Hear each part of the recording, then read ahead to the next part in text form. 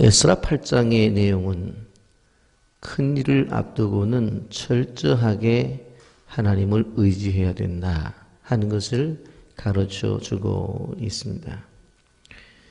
여러분, 이 8장에서 중심적인 두 구절을 우리가 주의 깊게 봐야 되는데 18절에 보면 우리 하나님의 선한 손에 도우심을 입고 라고 이렇게 말을 하고 있습니다.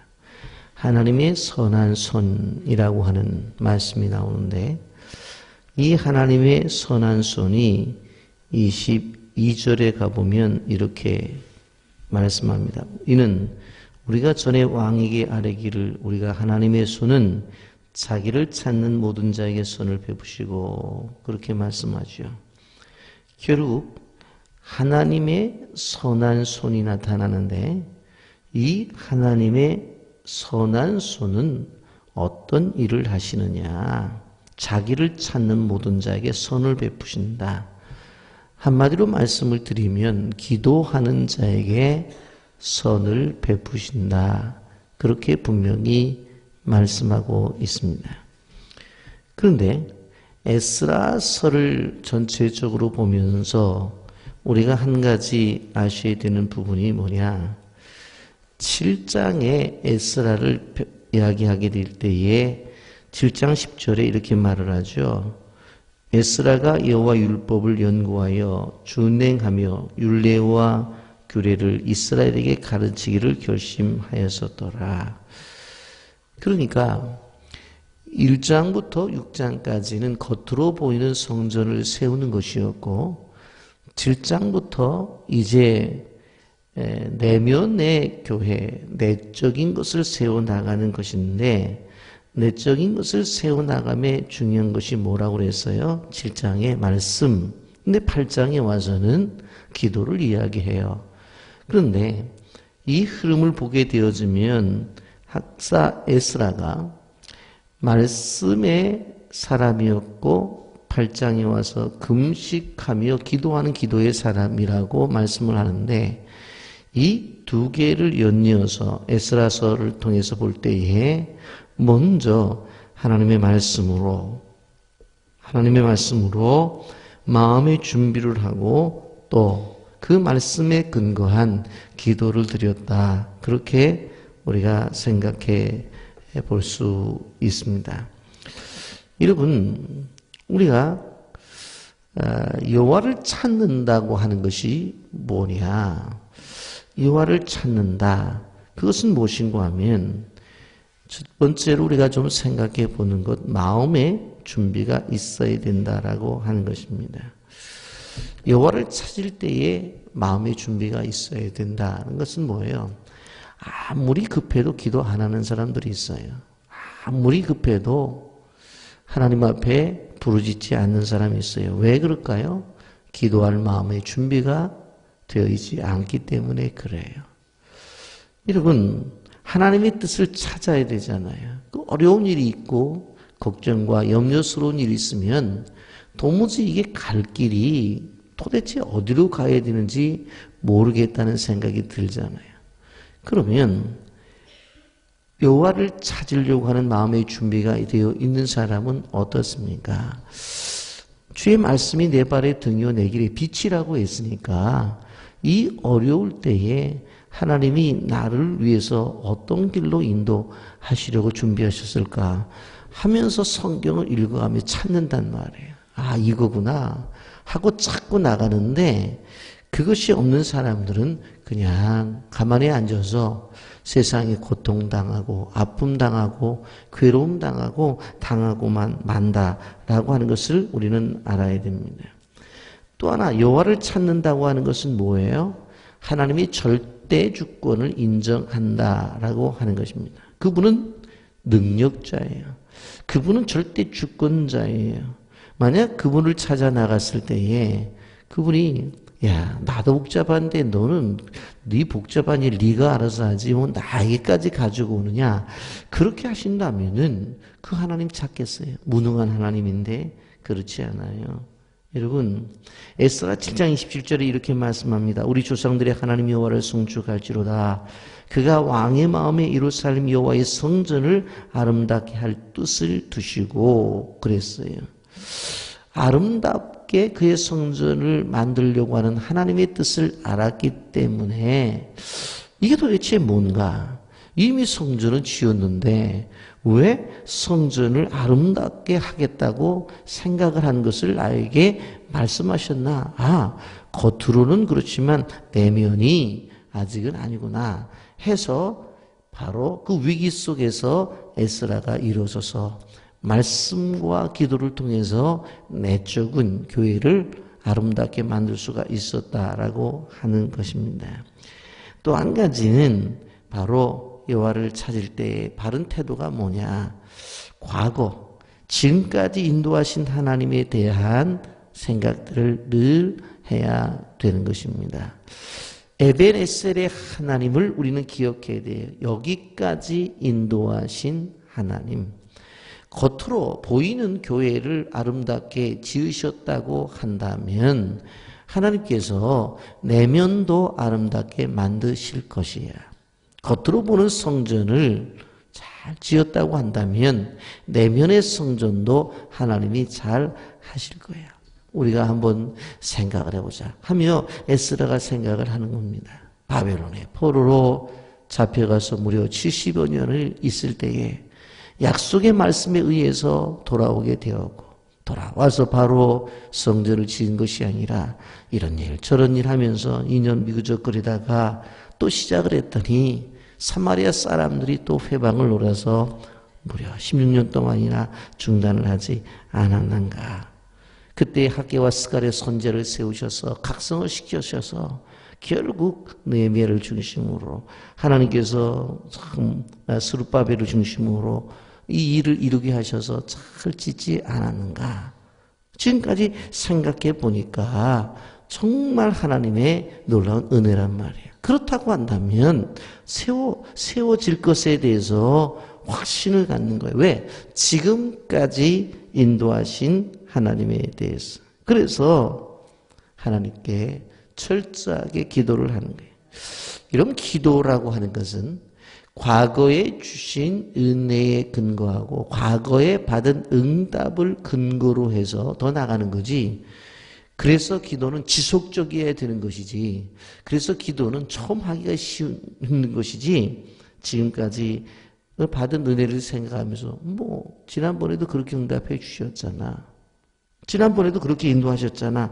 하고 나가는 것, 그것이 기도의 바로 지름길이요. 그렇게 할 때에 하나님이 축복을 주신다고 하는 것입니다.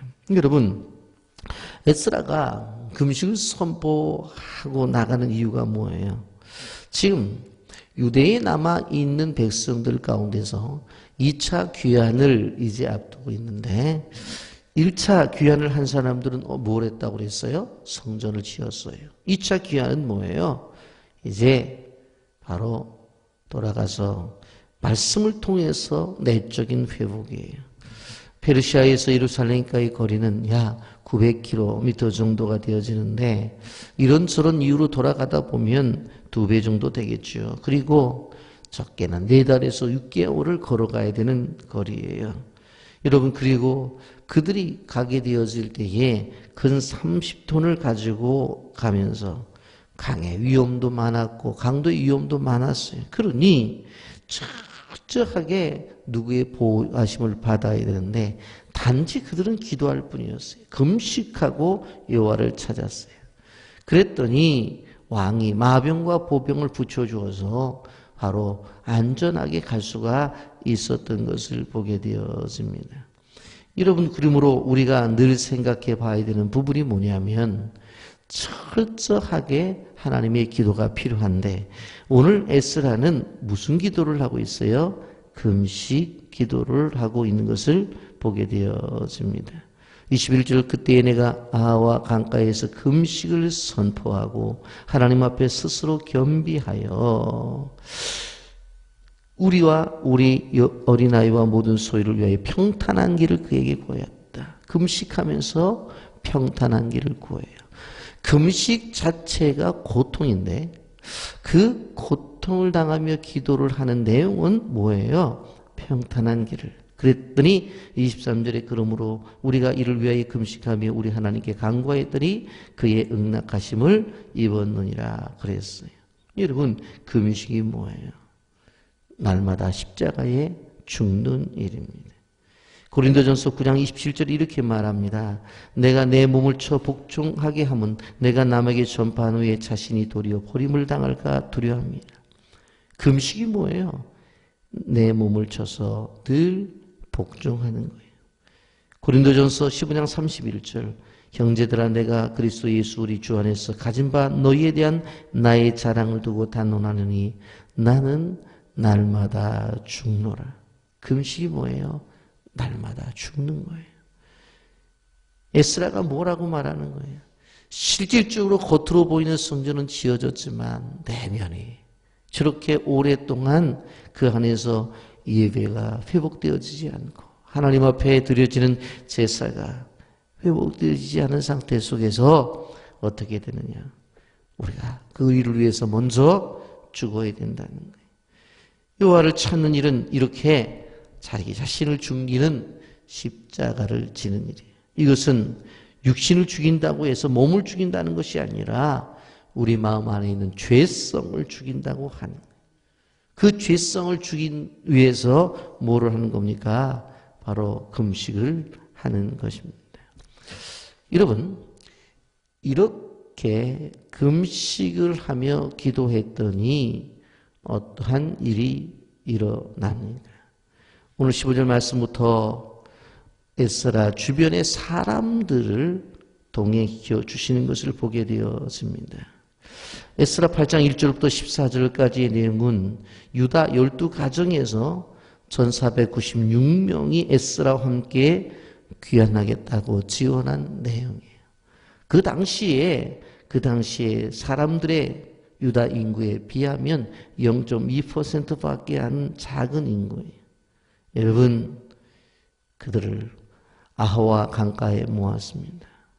모아놓고 보니까 제사장은 있는데 제사장을 돕는 레위인이 없어요.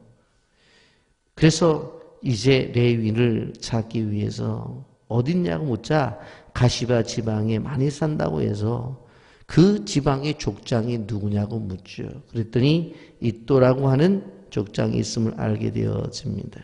그래서 17절 전반에 가시바 지방으로 보내어 그 족장 이또에게 나아가 말하고 있죠. 그 지방에 레인들이 많이 살았어요. 그랬더니 지원할 사람이 38명이 지원을 합니다. 여러분, 그리고 이제 그 레위를 돕는 사람도 필요했어요. 그게 르디님 사람들이에요. 여호수아 9장에 보면 바로 변장을 해서 여호수아에게 와가지고 멀리 온 사람이라고 살려달라고 해서 바로 산 사람들이 있죠.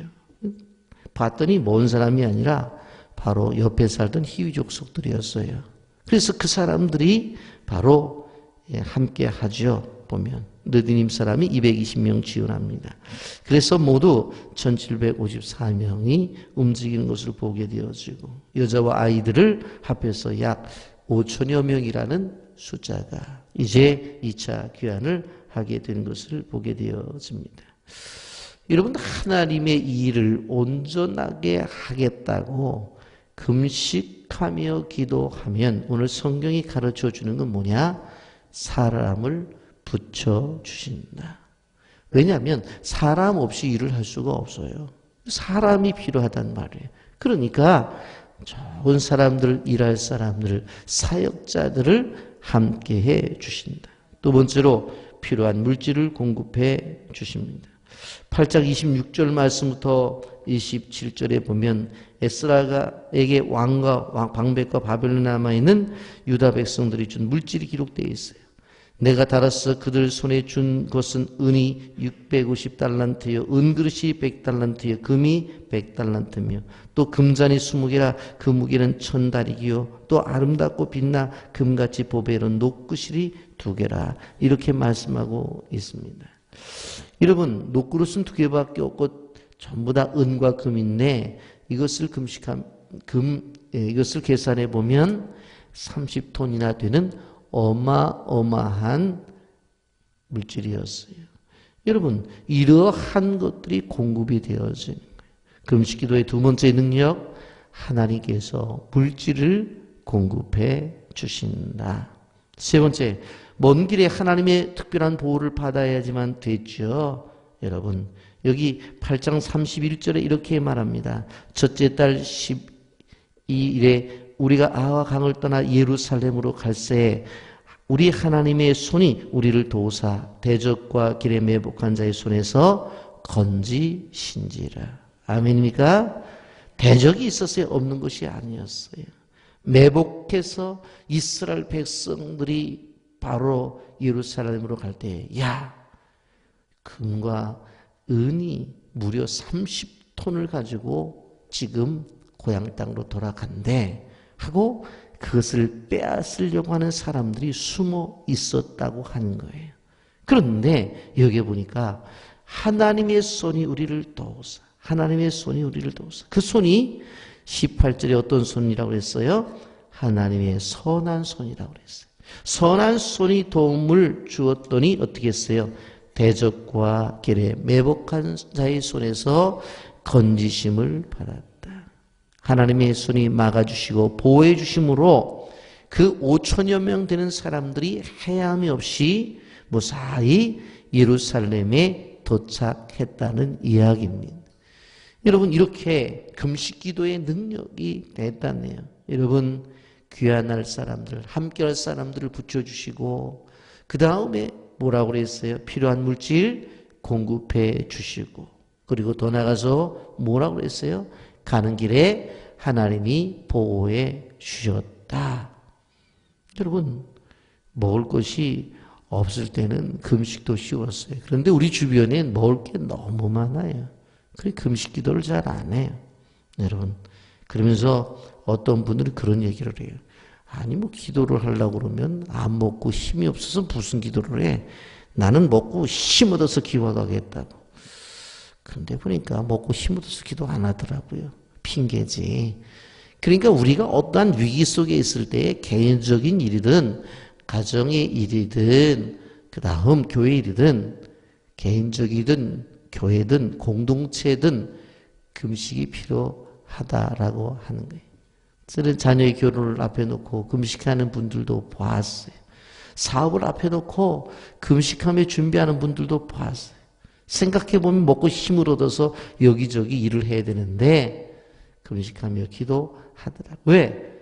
하나님의 선한 손이 인도해 주셔야 되기 때문에. 여러분, 이들이 예루살렘에 무사히 도착한 것을 볼 수가 있습니다.